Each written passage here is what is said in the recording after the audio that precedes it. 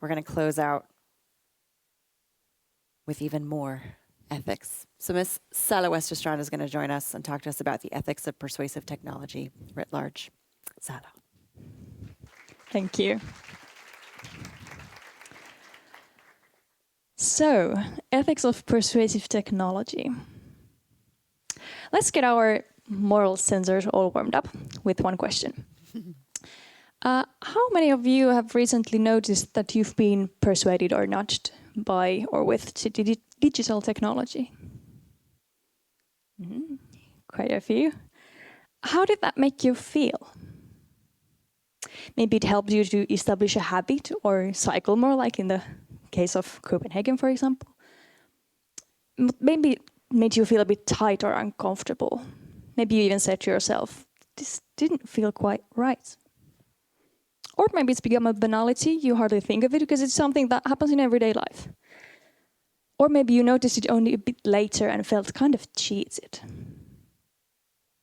In any of these cases, did you stop to think, why did it make you feel that way? If you did, or if you just now did, congratulations, you just started your journey into ethics. What we are going to do today, we're going to talk about ethics of persuasive technology.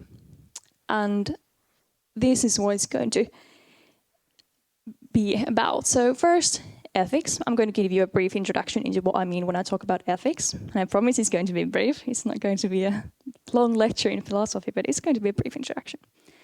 Then I'm going to talk about ethical questions related to persuasive design in particular, in the context of technology especially.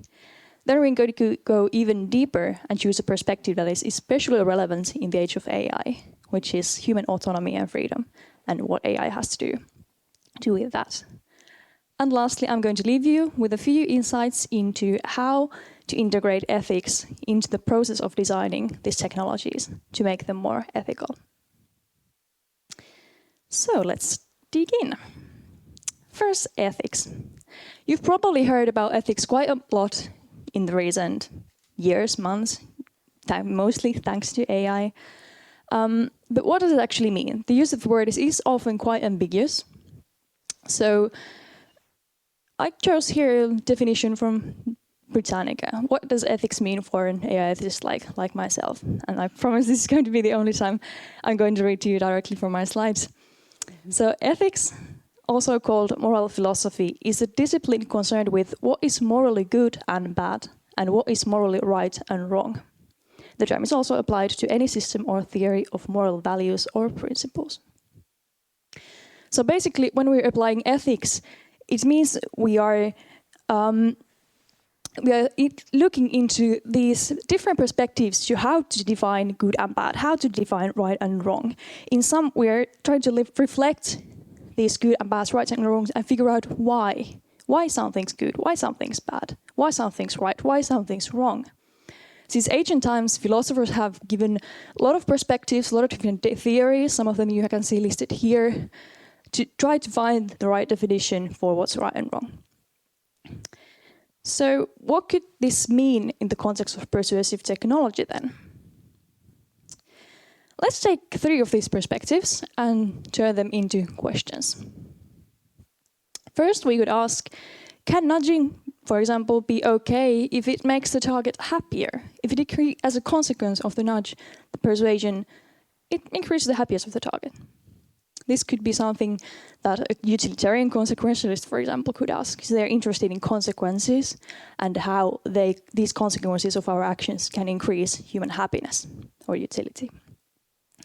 On the other hand, a deontologist who is interested in moral duty and principles, deont means duty, they could ask, can it ever be acceptable to steer human behavior if that goes against the very moral principle of freedom, human autonomy? Can it ever be acceptable, no matter the consequences? And lastly, virtue ethicist, to whom an action is ethical if it encourages virtues and human flourishment.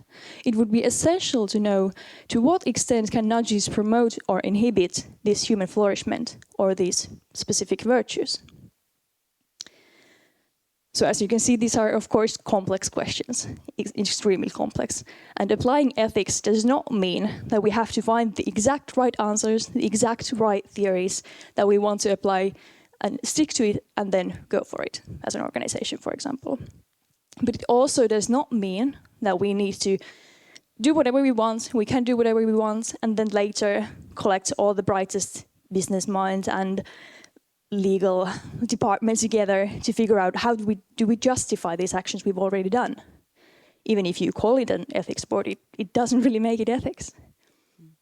Instead, what ethics is about when we apply this to practice, it's about thorough consideration of these different options, different consequences that are available, and figuring out what to do before we make a design decision, before we launch a product.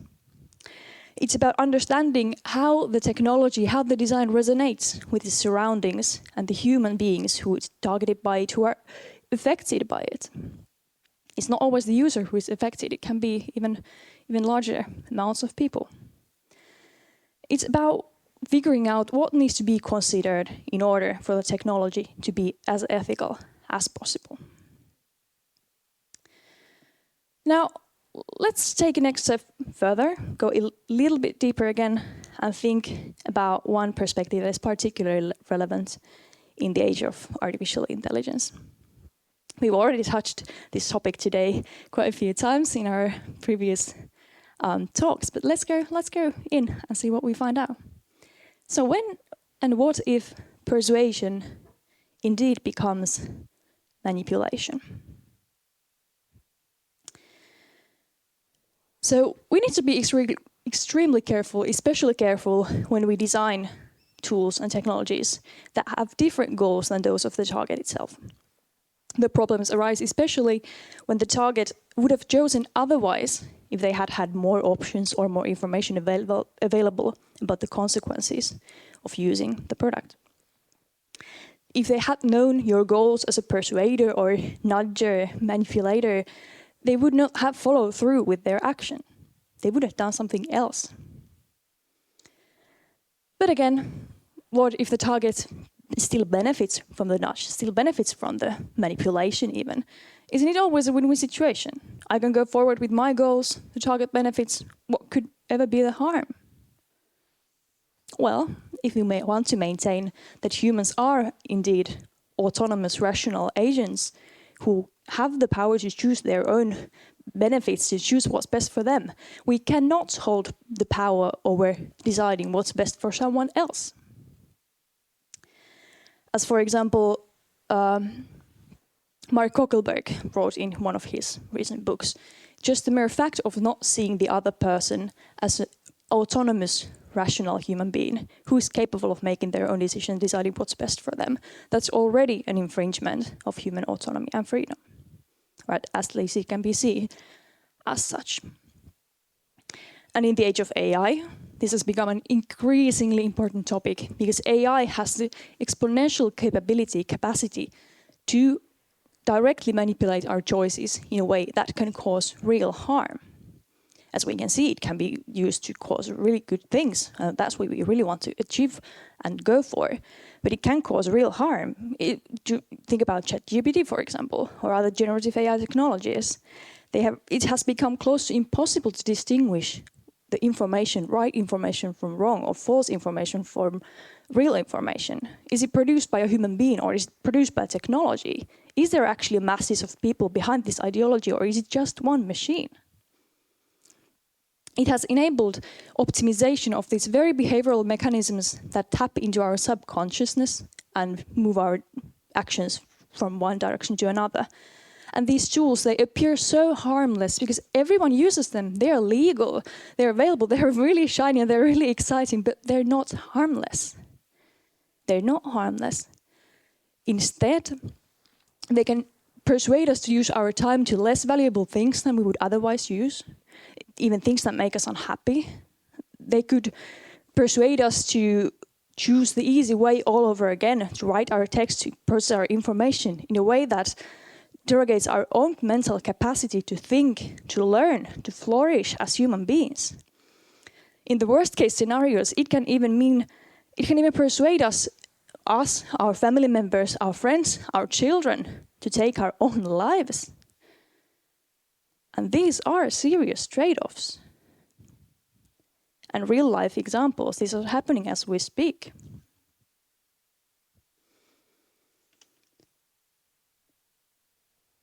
So, of course, we want to avoid these kind of pitfalls. We want to design better. We want to design ethical technology. These are not the consequences we want for our future and for our technology. So what could we do to integrate ethics into the design process, to have different consequences than these ones, and strive towards the better consequences as we have discussed? How could we all do technologies that make us happier? Ethics, luckily, ethics is very flexible, it's very adaptable because it's a continuous process. So in the context of designing a, for example, technology product, we could look at the design process like this. There's, of course, this is a very linear presentation of the design process. It rarely goes in such a linear manner, but let's concentrate on this design phase of everything. First, we can go and look at our organizational goals and values and think whether the design idea we have in mind, whether that's actually aligned with the values of the organization, with my values as a designer, as a developer, as a user, and whether the actual even concept we are working with, whether that's aligned, or whether we have to send it back to be reconceptualized. Next, we can go and focus on these consequences. Think about back to these different perspectives we discussed: virtues, happiness, human flourishment.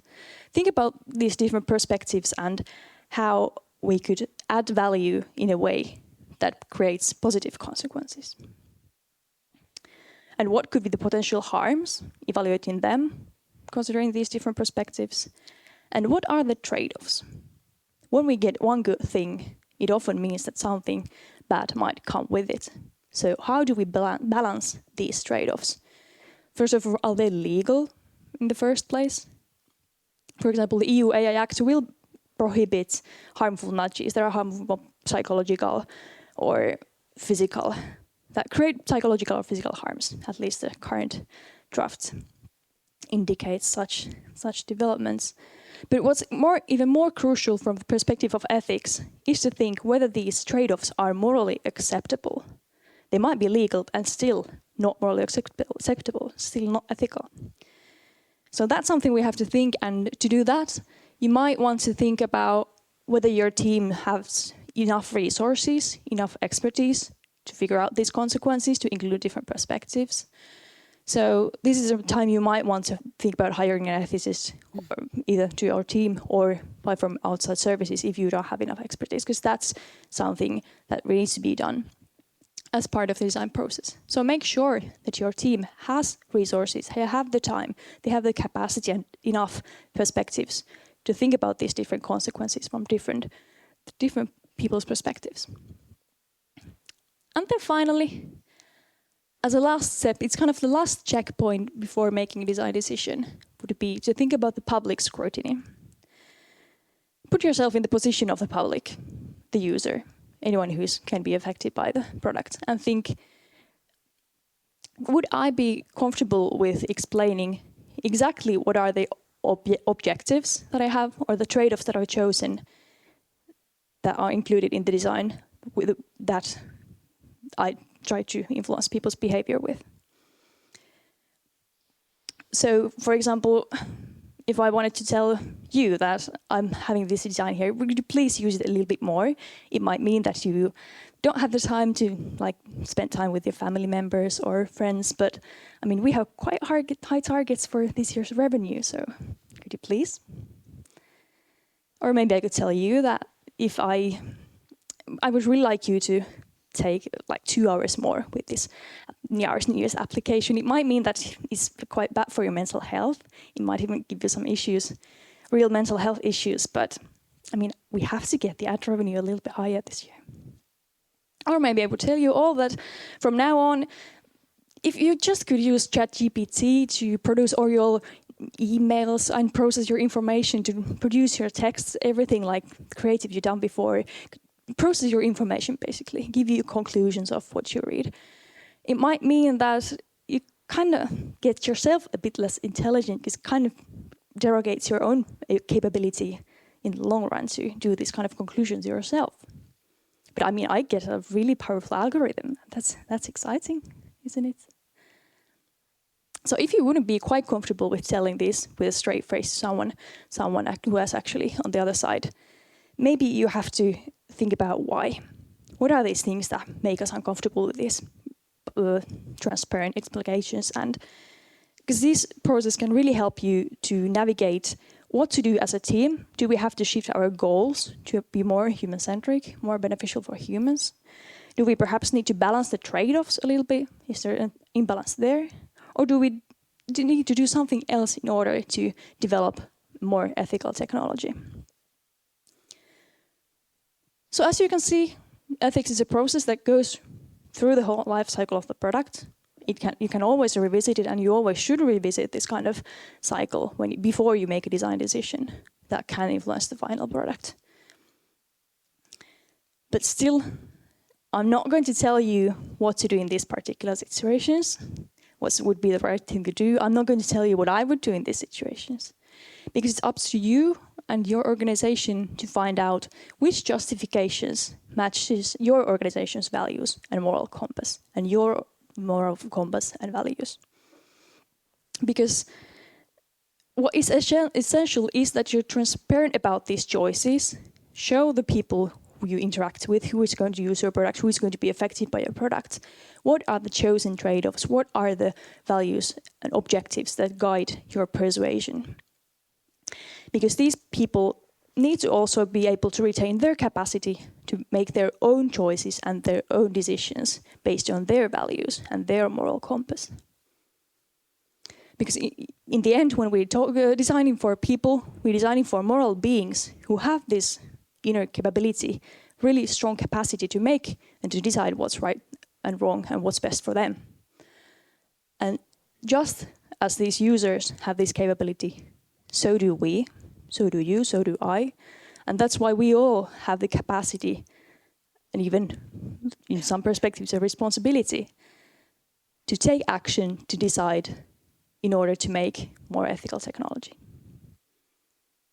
Thank you.